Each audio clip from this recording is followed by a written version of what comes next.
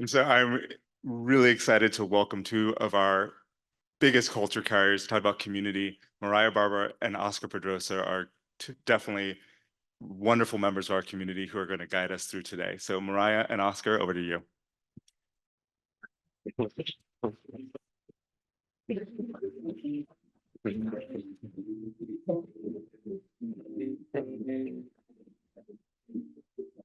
Thank you so much, Dan. It's incredible to be here today and to see all of you all's beautiful faces.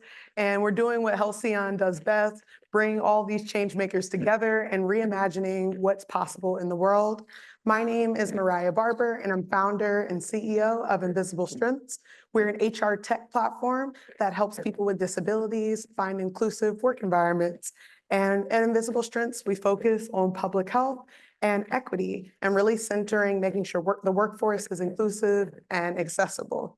And I'm a proud alumni of Halcyon's 2022 Opportunity Intensive. Shout out to my cohort. I'm so happy to welcome you all here today and just kick things off. And I'm Oscar Pedrosa, founder of Thimble.io, an online platform that teaches students technology skills such as engineering, computer science, cybersecurity. Our mission is to inspire the next generation of innovators through hands-on learning to make sure that no one is left out of the future of work. I had the privilege of being part of Halcyon's cohort 11 residential program. Shout out to my cohort. Thank you so much, Oscar. And I'm beyond excited for today's summit, as I know all of you are. And we're going to hear from some brilliant minds that are addressing some of the most pressing challenges we see for our time, from equity in tech to sustainable solutions. And these conversations are really going to push our way forward to just the next iteration of innovation. Now, let's dive in, but make sure that you check out the QR code that is on the back of your badges and on the screen, so that you can see the full schedule and see the bios from all the incredible speakers you'll hear from. We've got an amazing lineup, and they're going to inspire us today. Thanks, Mariah. We've got a really special way to start the Innovation Summit by taking a moment to recognize the two people who have made all of this possible, Dr. Sachiko Kuno and Kate Goodall. Without their vision and leadership, none of us would be here celebrating this huge milestone for Halcyon today. I remember when I first met them, I moved to Georgetown to join cohort 11 of the incubator. Funny story. I was actually waitlisted at first. How dare they? Given the demand for spots. I wasn't sure it was going to happen, but I then got a call later with the news. Mike Malloy will never forget that phone call. They found a spot for me, and the rest is history. But thanks to Dr. Kuno and Kate, Halcyon didn't give me that only opportunity. They also invested in my company twice through the Halcyon Fund, and now I get to pay it forward. Their idea of creating a space where people like us could thrive has completely shaped Halcyon, and we're all so grateful for what they've built. Without further ado.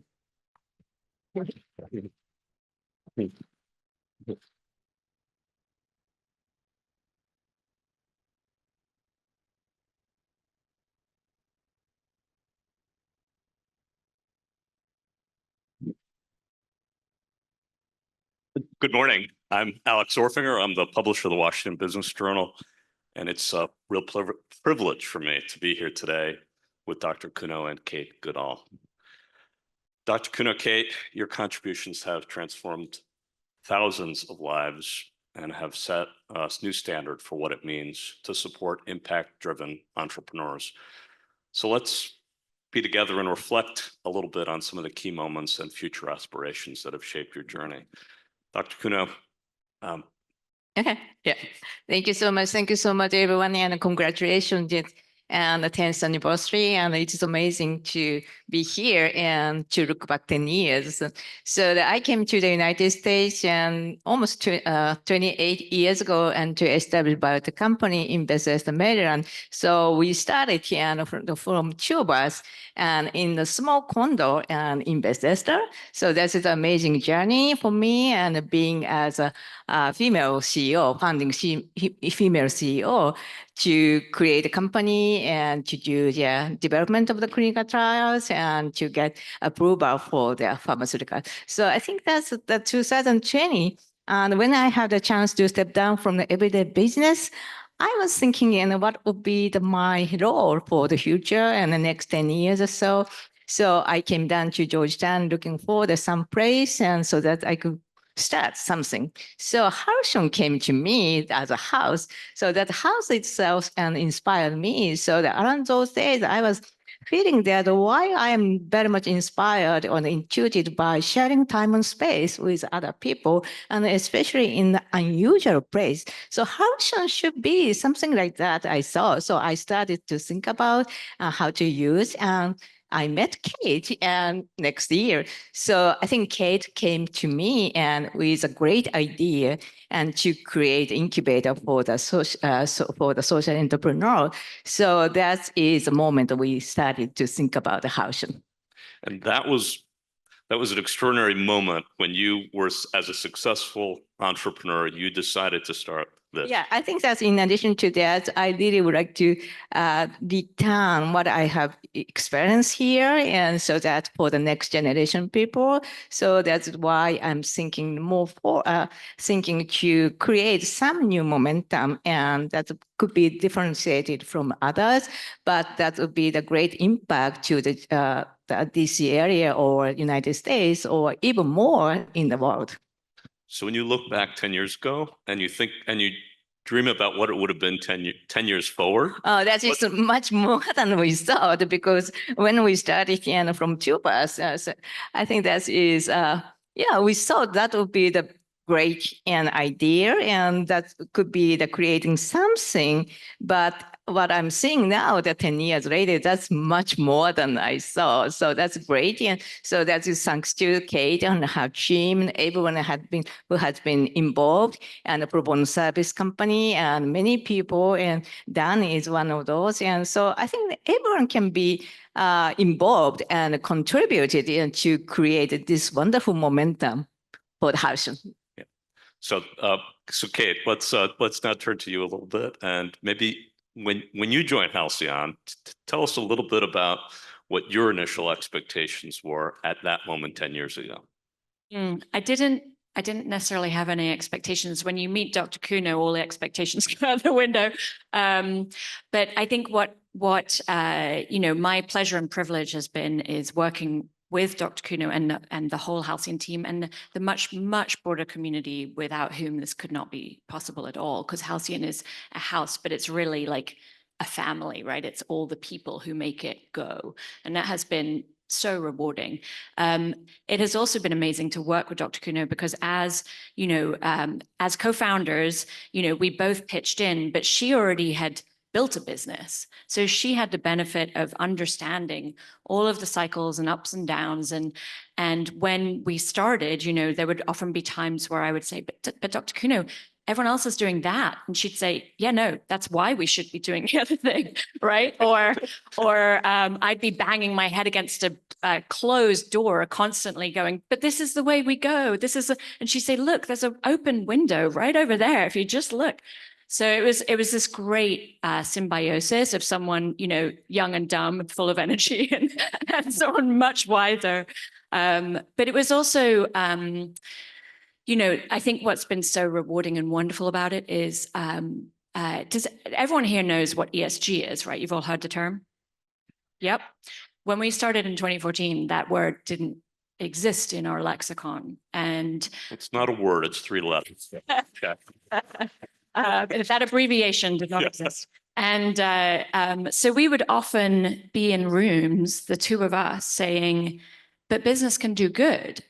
And people would sort of pat us on the back and go, aren't you sweet? So we got used to just weathering that together, I think. And then you had 2018, 2017, the Exxon shareholder revolt.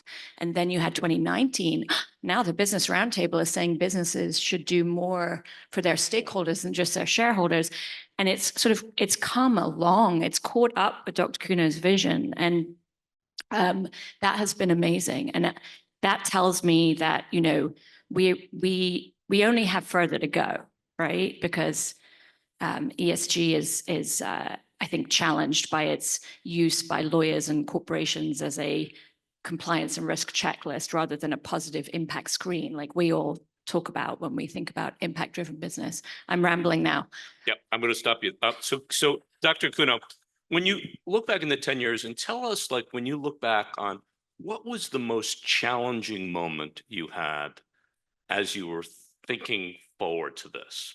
Yeah, I think that it is challenging and also the very much an opportunity, and we have seen because we started the Halcyon as a part of the SNR Foundation. That's my private foundation. So that first 3 years that is done and under the SNR Foundation as the new project. And so because we are not so sure whether the Halcyon, the incubator program would be growing and great. But I think eventually what we saw the first 3 years, I think in the Halcyon incubator itself is growing by itself.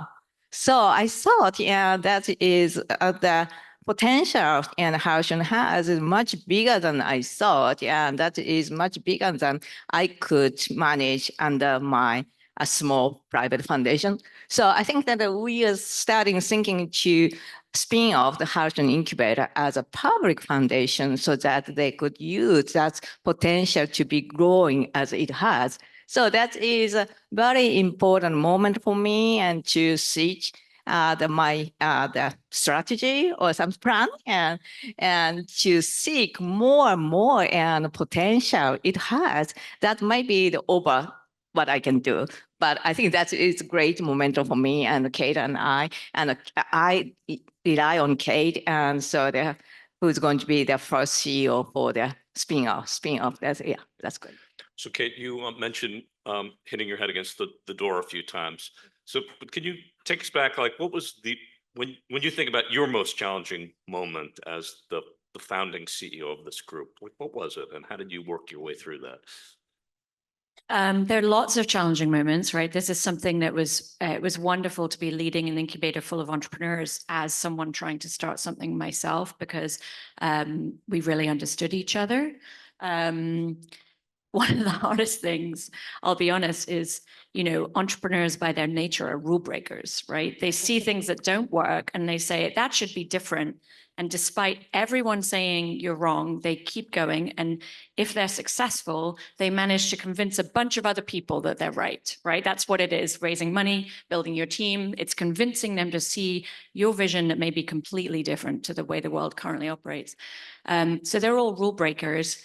And we're trying to have them in a house and set rules for them being in a house. and I'm supposed to oversee that as a rule breaker myself. So that was an adjustment. That's great. So when we were standing before we came on the stage, both of you were commenting about this ripple effect that you've had, around the region, around the country, around the world. Can you just reflect on that a little bit and the impact that this organization has had, what it has meant to you personally, and the impact that you think it has had on these individuals and on industry just generally?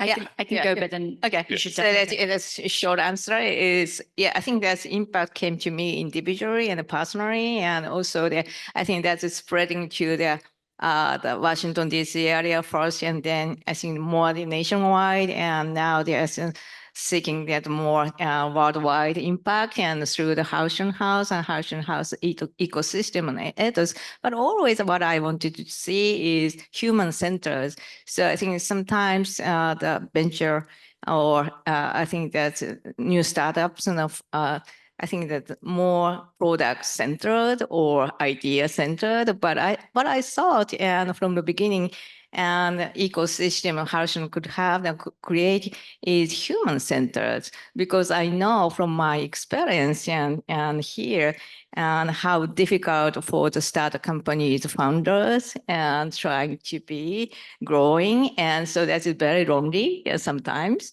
and so that is I always thought and Halcyon should be human-centered. Yeah. Thank you. I would underscore that as my answer.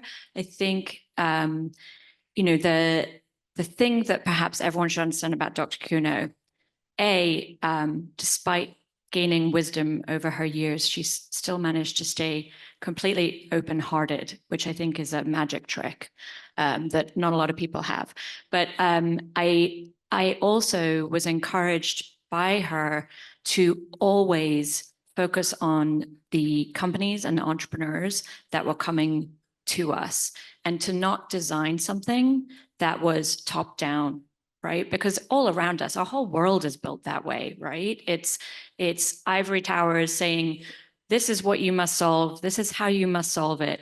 Instead, the mandate was build around the individuals, make space, make a vessel, give them everything they need and trust them to answer it, to build. This is now something I think in the 21st century we're getting around to, to find people who are proximate to the problem and support them and believe them and trust them. But this is how Dr. Kuno wanted to operate this thing. Way before that was sort of a conventional idea. And I think that is the magic of Halcyon. And I think that's what we love and are so rewarded to see now is these amazing founders getting what they need individually from the Halcyon community and then flourishing. And that will always be our joy. I don't think either of us ever wanted to build an institution or a place that was only known for the two of us. It was always Halcyon front and center. And we wanted it to outlast as long as it was useful. And it's been such a pleasure to see. Yeah, so what was, so tell me a little bit more about that though. What was the disconnect? You didn't want to be top down. And what most surprised you that a founder needed that you didn't expect that they needed at that time? I think, we ended up building the most holistic incubator out there, right? There was, you remember 2014, 1776. Oh, sorry, didn't mean to name names. But there were other incubators. Work and things like that, right? Like just places where there were desks and a lot of, competition. And we created something that really started with the entrepreneurs themselves, listened to the entrepreneurs and what they needed, built community so that, people could come and feel genuinely supported no matter where they came from, even if they didn't have, kitchen tables that they sat around as kids learning about the financial system from their parents, right? And they didn't have, someone who could help them if they failed. And so building something that gave them that, which included leadership coaches, right? Not every incubator program has leadership coaches. You know what they do? They're amazing. They help you unite that inner voice where you're like, I can't do this. I can't do this. I'm so afraid. With the external person that you have to show up as every day, saying, I got this. This is cake. Come along, and the leadership coach will help you become a more authentic version of that person, which is then a more effective entrepreneur and leader. There's thousands of resources. That's just one, but it was a complete and holistic, individual focused approach. So you've known many, many founders over the years, over these 10 years. If you could distill for us now, like what is some of the advice that you would give to somebody that wanted to follow that route? Like distill it down to us in like, these are the 5 or 6 things. I'm going to turn to the person with the $1 billion exit. I think that's, even now I think entrepreneurship or being the founder of the startup company is most exciting job in the world. I think, and for me, that is so exciting always. It's not so easy to do from the scratch to the end of the project. So that for me and pharmaceutical business, it took 10 years, 15 years from the discovery day to the launch of the product. So that's, I think it is long way to go, but I think still that is amazing job for me to be starting something new. And I think that is, I like to use, I think that we should be having the 2 roles and visionary leader and excellent manager as well. So I think if you are the visionary leader, I think that you might be there at the same time excellent manager, or you can find someone else and who can do the excellent management. Yeah. So I think that combination is very important. And also I'd like to encourage you to be tolerable and to be alone, because I think that sometimes you need to be alone and to think about very difficult issues, because it is not so easy to get the solution for the very difficult and global issues. So I think that you need to have time and space, and that should be safe and to get you a vision. So I think many people said that the moment is aha moment. So after the struggling to see something new, so that probably most likely in the morning, 3 a.m., you get some aha moment. So I think that is a very important thing. You should be brave enough and to think about something new. Well, so that alone time thinking is it's amazing. Yes, Kate, what do you have to add to that? Gosh, I think that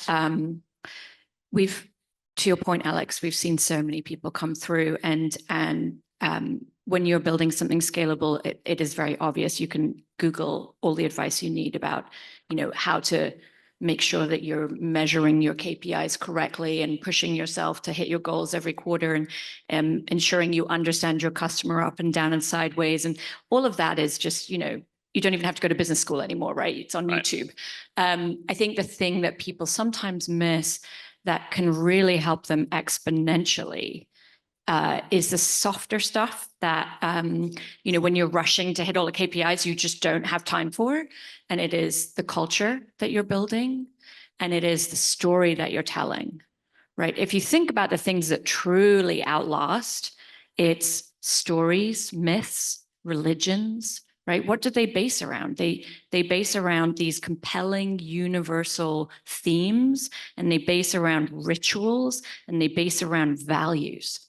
And so if you're building a company that is really going to be something special, focusing on those things at the appropriate moments with the appropriate people will build you something really amazing.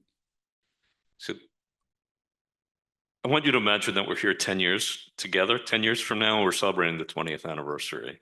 I hope you invite me back to do the same interview, but probably not. Dr. Kuno, take me there, and looking back in your rearview mirror, what do you hope that we're talking about 20 now? years, yeah. 10 years from now. 10 years from now. So I not want to make things smaller. So I like to rely on the new the management team and everyone here and new fellows.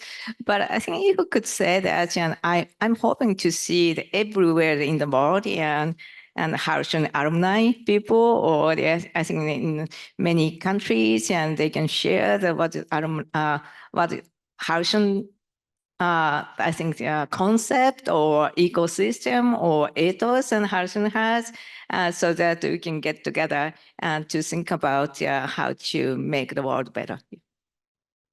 Okay, 10 years from now. Okay, 10 years from now.